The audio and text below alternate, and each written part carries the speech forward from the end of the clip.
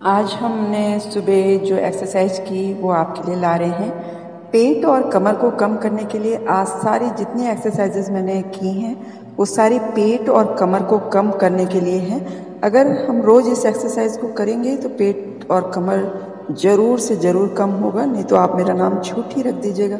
ये है नटराज आसन। इसको आपको जब तक सांस रोक के करते रहना है, जब तक आप कर सकते हैं, उसके बाद छोड़ देना है। फिर से एक बार देखेंगे। यह है नटराज आसन का सबसे बेसिक रूप है। इसके बाद ये बहुत गहराई तक जाता है, लेकिन बिगनर्स इतना भी कर लें तो कमर और पेट पे बहुत जोर पड़ता है और सांस को रोकेंगे, और जब सांस टूटने लगे तो धीरे धीरे करके उसको छोड़ देंगे। इससे कमर पे भी कसाव आता है और पेट पे भी प्रेशर पड़ता है, जिससे कि आपका पेट तो कम होता ही है, साथ में कमर भी ऑटोमेटिकली कम हो जाती है। और इस तरह से आप 4 से 6 बार कर सकते हैं।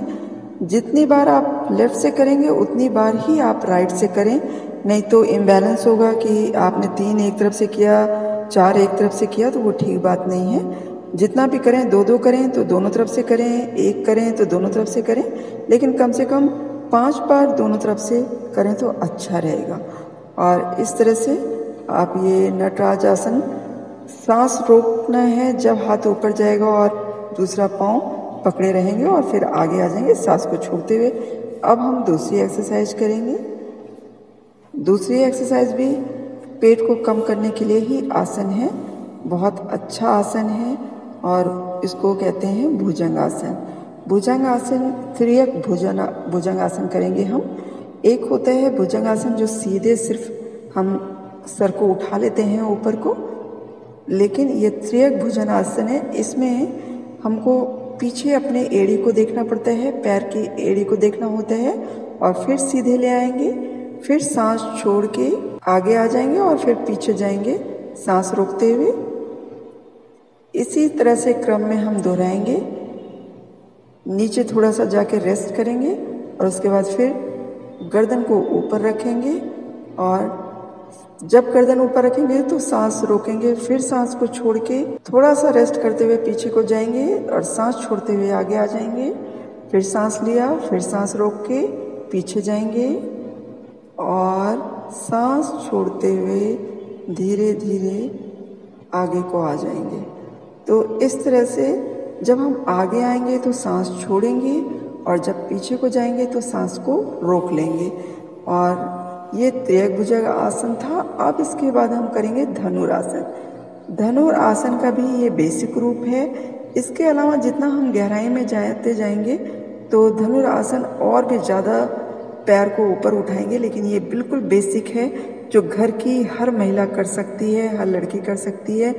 जो भी बेसिक करना है, इसमें कोई बहुत ज़्यादा मेहनत नहीं लगती है, लेकिन हाँ, अगर आपका पेट नहीं होगा तभी आप अपने पाँव को आसानी से पकड़ सकेंगे।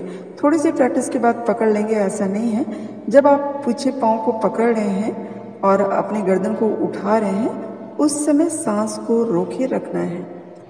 सांस को रोक के रखिए और अपने धड़ को ऊपर को उठाएं, पीछे से पैर को पकड़ें।